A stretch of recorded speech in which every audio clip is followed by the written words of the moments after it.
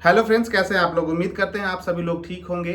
इससे पहले जो वीडियो हमने अपलोड करी थी उस वीडियो में हमने बात करी थी कि कैडेट पायलट प्रिपरेशन के लिए इंटरव्यू का तैयारी कैसे करें, क्या क्या क्वेश्चन एक्सपेक्टेड आपसे पूछा जा सकता है। ठीक है, और ये जो सीरीज है अभी लगातार चल रहा है। इससे पहले वाले वीडियो में हमने बात की थी कि रिज्यूम के बेस पे आपसे क्या क्या क्वेश्चन पूछा जा सकता है, उसके बारे में हमने डिटेल से बात करी पिछले वाले वीडियो में। जिन्होंने भी पिछले वाला वीडियो नहीं देखा है वो आप पीछे वाला वीडियो जाकर के आराम से देखो। इसका लिंक मैं इसमें आई बटन में मैं डाल दूंगा।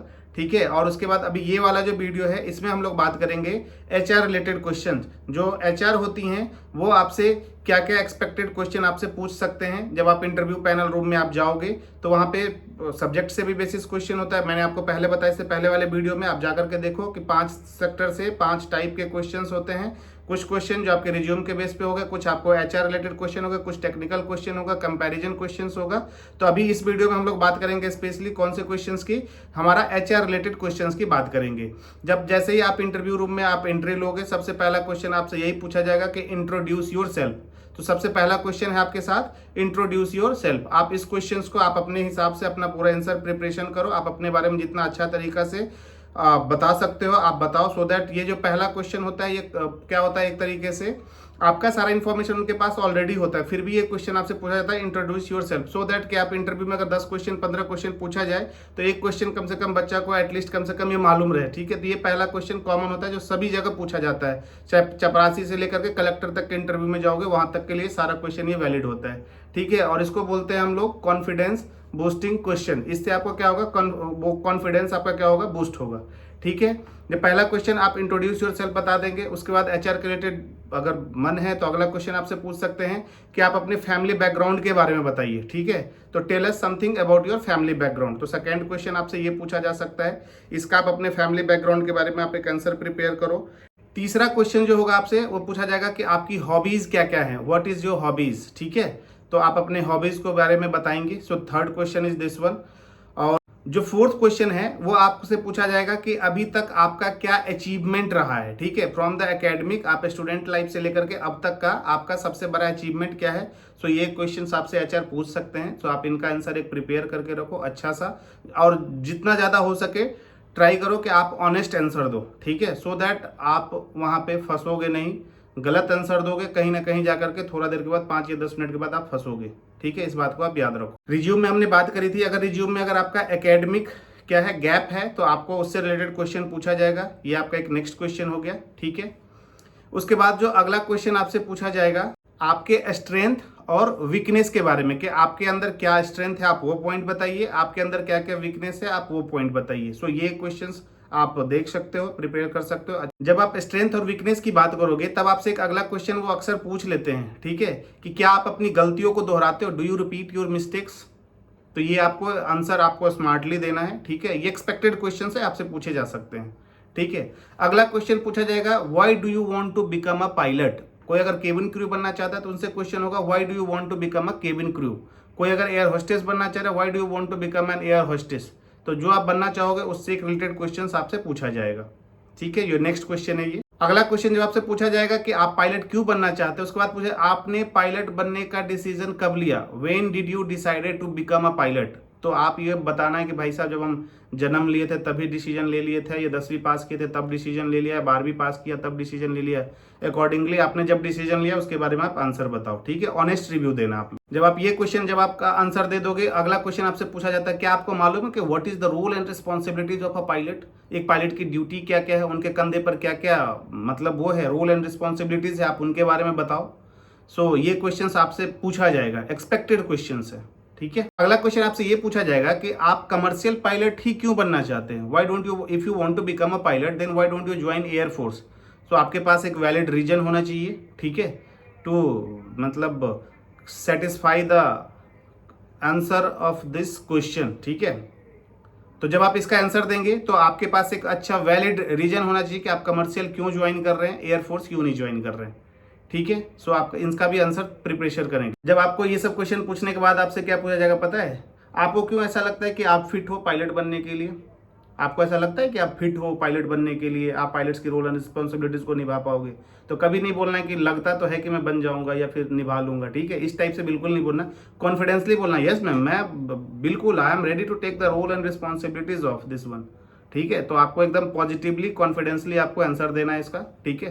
चाहे आप जिस भी रोल के लिए जा रहे हो, केबिन क्रू के लिए जा रहे हो, एयर होस्टेस के लिए जा रहे हो, पायलट के लिए बनने के लिए जा रहे हो, ठीक है? तो आप उसके रूल एंड रिस्पॉन्सिबिलिटीज को बढ़िया तरीके से एकदम लेना है, पॉजिटिवली लेना है, ठीक है? बाद में करो ना करो, दैट इज समथिंग डिफरेंट, ठीक है? But at least to get selected in that interview, at least you should show your positive attitude, right? But बाद में अगर करो तभी आना यार इस फील्ड में, अदरवाइज नहीं। अगला क्वेश्चन आपसे पूछा जा सकता है कि आपका कोई फेवरेट स्पोर्ट्स, उसके बारे में आप बताइए। मैंने पहले ही बताया, ये क्वेश्चन आपके रिज्यूम करिकुलम के बेस पे ही आपसे पूछा जाता है, ठीक है? फिर अगला क्वेश्चन पूछा जाए, क्या आपने कभी लीडरशिप क्वालिटी या लीडरशिप स्किल्स को कभी रोल किया है कहीं भी, स्पोर्ट्स के तौर पे, एज ए स्कूल, कभी हाउस कैप्टन के तौर पे, कभी कहीं, कभी आप अपने ऑर्गेनाइजेशंस के तौर पे, टीम लीडर के तौर पे आपने कभी काम किया है? तो आपने जो अगर काम किया तभी बताना, किए नहीं किए तो मत बताना, ठीक? वो बहुत अच्छा एक्सप्लेनेशन उनसे मांग लेंगे आपसे, ठीक है? फंस गए, दिक्कत है, ठीक है? इसलिए कभी भी झूठा आंसर बिल्कुल मत तैयार करना। नेक्स्ट क्वेश्चन हो सकता है, अगर कोई बच्चा अगर ग्रेजुएशन करने के बाद पायलट बनने का सोच रहा है, किसी ने इंजीनियरिंग करने के बाद ऐसा सोचा है कि हमें पायलट बनना है, तो ये क्वेश्चन आपसे पूछा जाएगा कि अगर आपको पायलट बनना था तो आपने 12th के बाद डिसाइड क्यों नहीं किया? आप ग्रेजुएशन करने के बाद क्यों डिसाइड कर पा रहे हो? आप इंजीनियरिंग क्यों किए फिर इसके बाद? तो आपके पास एक अच्छा सा एक्सप्लेनेशन होना चाहिए, ठीक है? कि मैं क्यों ग्रेजुएशन के बाद ही सोचा कि मुझे पायलट बनना है, मैं क्यों इंजीनियर बनने के बाद मुझे समझ आया कि मुझे पायलट बनना है। So at least you should have a valid reason, ठीक है? हर एक चीज के पीछे एक अच्छा सा रीजन जरूर होना चाहिए, ठीक है? इस बात को अगला क्वेश्चन आपसे ये भी पूछा जाएगा, आपका इंटरव्यू अगर आपको अच्छा जा रहा है तो आपसे अगला क्वेश्चन ये पूछा जाएगा, आप अपने आप को 5 या 10 साल के बाद कहाँ देखते हो, ठीक है? तो आप अपना हायरार्की को देखना और बताना कि मैं अपने आप को 5 या 10 साल के बाद एयरलाइंस में एक अच्छे पोजीशंस पे एज ए कैप्टन मैं देखना चाहता हूँ, ठीक है? एज ए कमांडर मैं अपने आप को देखना चाहता हूँ, ठीक है? तो एटलीस्ट आपका एक आंसर होना चाहिए, हायरार्की आपको मालूम होना चाहिए, कैसे सिलेक्शन प्रोसीजर होता है। जब आप सेलेक्ट होकर के जाओगे तो क्या बनोगे? जूनियर फर्स्ट ऑफिसर बनोगे, फिर फर्स्ट ऑफिसर बनोगे, फिर सीनियर फर्स्ट ऑफिसर बनोगे, फिर कैप्टन बनोगे। इस तरीके से आपको पूरा हायरार्की मालूम होना चाहिए कि किस किस पोजीशन के बाद आप कहाँ जाओगे। तो एटलीस्ट आपके पास ये एक वैलिड रीजन होना चाहिए कि आप अपने आप को 5 या 10 साल के बाद कहाँ देखोगे, राइट? अगला क्वेश्चन आपसे ये पूछा जाएगा कि मान लो अगर हम आपको सेलेक्ट नहीं करते हैं, what if I reject you? अगर हम आपको सेलेक्ट नहीं करते हैं तो आपका नेक्स्ट प्लान क्या है, ठीक है? तो इसका आंसर होना चाहिए आपके पास कि अगर हम आपको नहीं लेते हैं, आपको सेलेक्ट नहीं करते हैं, तो इसके बाद आपके पास एक अलग सा रीजन क्या होगा, नेक्स्ट आंसर आपके पास क्या होगा, या फिर नेक्स्ट स्टेप आपकी लाइफ के लिए आपके पास क्या हो। अगला क्वेश्चन ये पूछा जाएगा कि आप अपने आप में अगर कोई एक चीज या 2 चीज चेंज करना चाहते हो तो आप अपने लाइफ में क्या चेंज करना चाहोगे, ठीक है? सो आप अपने आप को बताओगे। मान लो अगर आप बहुत ज्यादा झूठ बोलते हो तो आप बता देना कि मैं बहुत ज्यादा झूठ बोलता हूँ, सो मैं चाहता हूँ कि सच बोलूंगा, बट ये आंसर मत देना, ठीक है? This is a negative point.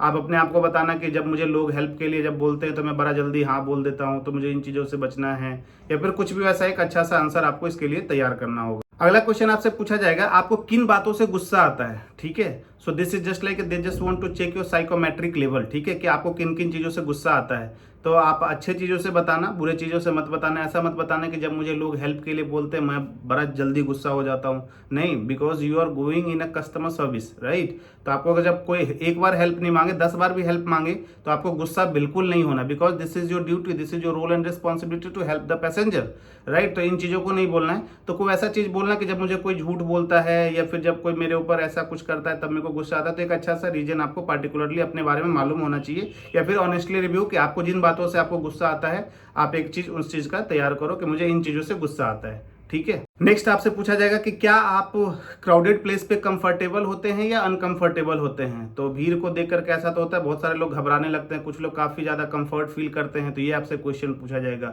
और इसी तरीके से ये 15 या 20 क्वेश्चन जो हमने आपको बताया है, ये 15 या 20 क्वेश्चन एक्सपेक्टेड क्वेश्चन है जो आपसे इंटरव्यू में पूछा जाएगा। जब पूरा इंटरव्यू खत्म होगा तब आपसे एक क्वेश्चन पूछा जाएगा कि आप अपने आप को बीइंग एज ए इंटरव्यूअर, आप अपने आप को अगर जज करना है तो 1 to 5 रैंकिंग में आप कितना जज करोगे, ठीक है? या फिर 1 to 10 पॉइंट है तो आप अपने आप को इंटरव्यूइंग एज इंटरव्यूअर, आपने अपना इंटरव्यू दिया, आपको खुद मालूम है कि आपका कितना अच्छा इंटरव्यू रहा है, तो इस बेसिस पे आप अपने आप को कितना पॉइंट दोगे, आप अपने आप को किस कैटेगरी में रखते हो कि मेरा बहुत अच्छा गया, 10 एवरेज गया, बिलो देन एवरेज गया, वर्स कंडीशन गया, तो आप अपने आप को 1 to 10 रैंकिंग में कहाँ देखते हो। तो आप लोग महानुभाव ऐसा मत करना कि बोल देना कि 10 में से हम अपने आप को 10 देखते हैं, ठीक है। तो इसका मतलब आप ही परफेक्ट हो, सामने वाला ही लोग वो है, ठीक है। तो आप अपने आप को एवरेज आप 7-8 पॉइंट आप अपने आप को दे सकते हो, that is a good point, ठीक है। कि आपको भी ऐसा लग रहा है कि नहीं कई चीज़ें मेरे अंदर सुधारने की ज़रूरत है, कई चीज़ें मेरे अंदर चेंज करने की ज़रूरत है, ठीक है। कुछ चीज़ों के बारे में मैंने गलत बोला है, उन चीज़ों के बारे में मुझे फिर से दोबारा सोचने की ज़रूरत है, कुछ चीज़ों को मुझे फिर से इंट्रोस्पेक्ट करने की ज़रूरत है, ठीक है। अब बीइंग एज अ पायलट आपको एक्सट्रोवर्ट नेचर होना चाहिए, ठीक है। ये भी क्वेश्चन पूछा जाएगा कि what is your nature, extrovert और इंट्रोवर्ट। तो भाई साहब इंट्रोवर्ट भी हो तो बोल देना भाई एक्सट्रोवर्ट है, ठीक है। चाहे आप क्रू के लिए किसी भी परफॉर्मेंस के लिए जा रहे हो, आप ऐसा नहीं कि आज किसी को देखे ना हम इससे बात नहीं करेंगे, बिल्कुल नहीं, आपको बात करना पड़ेगा। हर दिन आपके साथ नया क्रू होगा, ठीक है। आज आप किसी और के साथ फ्लाई कर रहे हो, कल आपके साथ कोई और फ्लाई करेगा, परसों आपके साथ कोई और फ्लाई करेगा। ये 10 लोगों की टीम नहीं है कि आज आपको सुनील मिला, कल आपको राजेश मिलेगा, फिर 5 दिन के बाद आपको सुनील और राजेश मिलेगा, ठीक है। समझ रहे हो ना इस बात को। तो भाई साहब आज गोपाल मिलेगा, कल विनोद मिलेगा, इस बात को याद रखना, ठीक है। तो आपके साथ हर दिन क्रू चेंज होगा, तो आपका ऐसा नेचर होना चाहिए कि आप हर क्रू के साथ, चाहे आप बीइंग एज अ पायलट आप फ्लाई कर रहे हो, being as a cabin crew आप फ्लाई कर रहे हो, बीइंग एज आप एयर होस्टेस जा रहे हो, being as a crew member जा रहे हो, बीइंग एज एविएशन स्टाफ जा रहे हो, आपके साथ हर दिन ड्यूटी जो शिफ्ट चेंज होगा वो हर अलग अलग स्टाफ के साथ चेंज होगा। सो आपका एक्सट्रोवर्ट होना काफ़ी जरूरी है। हम सपोज दैट आप मेरे साथ आए और आप हमको पहचानते नहीं, फिर भी आकर के आपको हाथ मिलाना है कि हेलो ब्रदर कैसे हो आप, मैं गोपाल और आप, फिर हम बताएंगे हम कृष्णा, ठीक है। So both of we will have to perform a mutual understanding over there and both of we should be off like an extrovert nature. Got it. So आप on the behalf of this, ये आपका HR related question है। Hope इसमें मैंने 15 से 20 questions आपको बताए हैं शुरुआत से लेकर के लास्ट तक, ठीक है। आप सारे क्वेश्चंस को आप अपने पास आंसर प्रिपेयर कर सकते हो और इसी से आपका एक्सपेक्टेड क्वेश्चन 90% 95% जो आपका जो एक्सपेक्टेड क्वेश्चन होता है HR का, ये इसी चीजें से होता है। चाहे आप कहीं भी चले जाओ, ठीक है, चाहे आप कॉर्पोरेट का इंटरव्यू दे लो तो वहां से आपको वो जो जिस पोजीशन के लिए जा रहे हो बस क्वेश्चन का सिनारियो वहां पे चेंज हो जाएगा, ठीक है। जो एयर होस्टेस जाएंगे उनके लिए वहां पे बस जो why do you want to become a pilot, इसका जगह पूछा जाएगा why do you want to become a crew member in airlines, तो आपको उनका आंसर मालूम होना चाहिए। जहां यहाँ पे पूछा जा रहा है कि what is the role and responsibilities of a pilot, वहां पे पूछा जाएगा what is the role and responsibilities of a cabin crew, what is the role and responsibilities of an air hostess. So आपसे बस क्वेश्चन रोल एंड ड्यूटीज वही होगा, बस वहां पे बदल जाता है। यहाँ से पूछा जाता है क्या आप अपने आप को पायलट के तौर पे फिट मानते हो, तो वहां से पूछा जाएगा क्या आप अपने आप को देख रहे हो कि आप इस पोजीशन के लिए फिट बैठते हो, ठीक है। बस पोजीशन का नाम चेंज हो जाएगा, ठीक है, question would be the same, ठीक है। जहां पे आप पायलट की सेक्शंस में आप आ रहे हो इंटरव्यू देने के लिए, तो आपसे पूछा जा रहा है आप 5 से 10 साल के बाद आप अपने आप को कहां देखते हो। जब आप केबिन क्रू के लिए जाओगे, एयर होस्टेस के लिए देखे जाओगे, तब आपसे पूछा जाएगा कि आप अपने आप को 5 से 10 साल के बाद कहां देखते हो, ठीक है। तो आपको ये बताना होगा ना, जब आपको उसकी हायरार्की मालूम होगी कहाँ के बाद कौन कौन सा एग्जाम देने के बाद हम किस किस पोजीशन पे पहुंच सकते हैं, उस हायरार्की के अगर बारे में अगर आपको मालूम है तो आप इजीली आप बताओगे। तो यही सारा एक्सपेक्टेड क्वेश्चन है। इन सारे क्वेश्चन को आप एक एक करके कॉपी पे नोट डाउन करो बिफोर गोइंग टू इंटरव्यू, ठीक है। और सारे क्वेश्चन का आप अच्छा सा वेल एक्सप्लेन्ड आंसर तैयार करो, उसको 2-4 बार पढ़ो। एंड हाँ, कभी भी इन सारे क्वेश्चन का आंसर को रट्टा बिल्कुल भी नहीं लगाना है, ठीक है। अगर आप रट्टा लगा के गए, ठीक है, एकदम लगातार बोल दिए, ठीक है, वो समझ जाएगा भाई साहब रट्टाफिकेशन वाला है, ठीक है। और रट्टाफिकेशन वहां बिल्कुल भी नहीं चलता इंटरव्यू में। हम और आप इंटरव्यू क्या एक साक्षात्कार है ना, हम और आप दोनों बैठे, हम आपका विचार जा रहे हैं, आपसे कुछ पूछ रहे हैं कि और बताइए कृष्णा जी क्या हालचाल है, तो कृष्णा जी बताएंगे कि हमारा तो ठीक है मैडम, आप बताइए आपका क्या हालचाल है, ठीक है, और घर में सब लोग कैसे, सब बढ़िया है। तो यार इस चीज को आप आंसर रट के नहीं जा सकते हो ना। आपसे पूछा जाएगा पायलट के इंटरव्यू, तब आप अपने आप को देख रहे हो कि आप पायलट के लिए फिट बैठते हो। हाँ मैम, हम अपने आप को तो देख रहे हैं कि पायलट के लिए फिट बैठते हैं। अच्छा बताइए आप कि पायलट की रोल एंड रिस्पॉन्सिबिलिटीज क्या क्या होती है। अच्छा कृष्णा जी आप बताइए, आप एयरलाइंस में आप अपने आप को 5 या 10 साल के बाद कहाँ देखते हो, राइट। तो यही सब सारा क्वेश्चन आपसे ही पूछा जाएगा। सो कभी भी इन चीजों का रटिफिकेशन लेकर के बिल्कुल भी नहीं जाना है। आप जितना हो सके प्रैक्टिकल आंसर दो, ठीक है, जितना हो सके आप ट्रू आंसर दो, ट्रू टू दी नेचर रहो, आप अपने ट्रू टू योर सेल्फ रहो आप अपने हिसाब से, ठीक है, जो आपका नेचुरल है सारा वही बताने की कोशिश करो। जो अगला सीरीज आएगा मेरा इसके बाद, उसमें हम बात करेंगे आपके सब्जेक्ट रिलेटेड। जो आपका सब्जेक्ट है meteorology, air regulation, air navigation, technical general and technical specification, what are the expected question that an interviewer आप, इन सारे सब्जेक्ट से इंटरव्यूअर आपसे क्या क्या क्वेश्चन पूछे जा सकते हैं, ठीक है। जो एक्सपेक्टेड क्वेश्चन, जो उनको ऐसा लगता है कि नहीं, being as a pilot, being as a student pilot, जब आप पायलट की प्रिपरेशन कर रहे हैं, पायलट के इंटरव्यू के लिए आ रहे हैं, तो आपको ये चीज मालूम होना चाहिए। तो इन चीजों का तो अगली बात करेंगे हम उसमें सब्जेक्ट रिलेटेड क्वेश्चंस के बारे में। इसका एक प्रॉपर अलग से हम सीरीज बनाएंगे जिसमें हम बात करेंगे कि मेट से आपके पास क्या क्या क्वेश्चन हो सकता है, रेगुलेशन से आपके पास क्या क्या क्वेश्चन पूछा जा सकता है, नेविगेशन से आपसे क्या क्या क्वेश्चन पूछा जा सकता है, टेक्निकल जनरल से आपसे क्या क्या क्वेश्चन पूछा जा सकता है, एंड टेक्निकल स्पेसिफिक से आपसे क्या क्या क्वेश्चन पूछा जा सकता है। सो नेक्स्ट वीडियो जो हमारा आएगा उसके लिए आएगा। सो जिनको भी ये पूरा सीरीज देखना है, आप चैनल को सब्सक्राइब कर लो, सो दैट आपको ही ये बेनिफिट मिलेगा, ठीक है भाई साहब। इसी चीज के लिए द्वारका जाओ, आराम से 40,000, 45,000, 50,000, 60,000, 70,000 रुपए लोग लेते हैं इसी चीज को बताने के लिए, ठीक है। तो जिनको लगता है कि घर में आप बैठ करके प्रिपेयर कर सकते हो, जिनका कम्युनिकेशन स्किल्स काफी अच्छा है, आराम से मैं सारा बता रहा हूँ, आप आराम से बैठ के प्रिपेयर करो। कहीं भी कैडेट पायलट में, चाहे आप एयर इंडिया में बैठ जाओ, इंडिगो में बैठ जाओ, स्पाइस में बैठ जाओ, विस्तारा कार है विस्तारा में बैठ जाओ, आपको कोई नहीं हटाने जा रहा, ठीक है। So well prepare all these answers and stay tuned with this channel for the next series, ठीक है।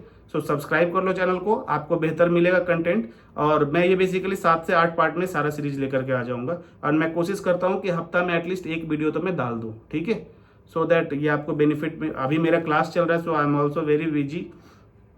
मेरा Monday to Friday actually class होता है, सैटरडे एंड संडे हमारा होता है। मैं ऑलरेडी मेरा मतलब काफ़ी थोड़ा सा मैं दिन भर खुद ही व्यस्त रहता हूँ। सो आई ट्राई कि मैं सप्ताह में एक बार वीडियो शूट करके मैं आप लोगों के लिए डाल दूँ, ठीक है।